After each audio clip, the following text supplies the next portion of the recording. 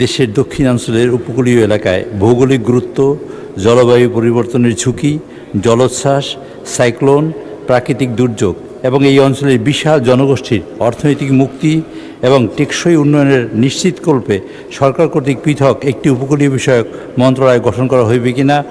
বর্তমান সরকার এমএসপি বা সমুদ্র অঞ্চল পরিকল্পনা কার্যক্রম এবং এ থেকে দেশের সম্ভাব্য অর্জিতব্য বিষয়াদি বিবেচনার জন্য ইতিমধ্যেই পদক্ষেপ গ্রহণ করেছে।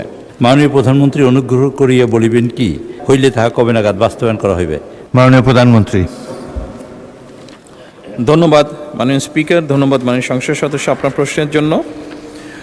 দেশের অপার সম্ভাবনায় সমুদ্র সম্পদের বিজ্ঞান ভিত্তিক টেকসই ব্যবহার নিশ্চিতকরণের মাধ্যমে সুনীল অর্থনীতির বিকাশ এবং জাতীয় সুনীল অর্থনীতি কর্তৃপক্ষ প্রতিষ্ঠার বিষয়টি বাংলাদেশ জাতীয়তাবাদী দল তথা বিএনপির নির্বাচনী ইশতেহারে রয়েছে।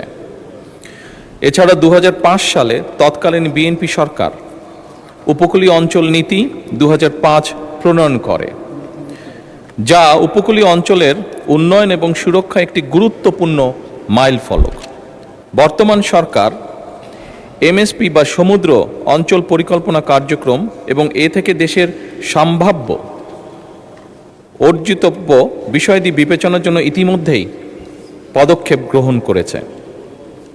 সামুদ্রিক সম্পদ, মৎস্য, পর্যটন এবং পরিবেশ সংরক্ষণের মধ্যে সমন্বিত ভারসাম্য প্রতিষ্ঠা এবং সুনীল অর্থনীতির টেকসই ও দীর্ঘমেয়াদী উন্নয়ন নিশ্চিত করার লক্ষ্যে প্রয়োজন হলে 2026-27 অর্থ বছরেই প্রাতিষ্ঠানিক কাঠামো গড়ে তোলার বিষয়টি সক্রিয় বিবেচনাধীন রয়েছে।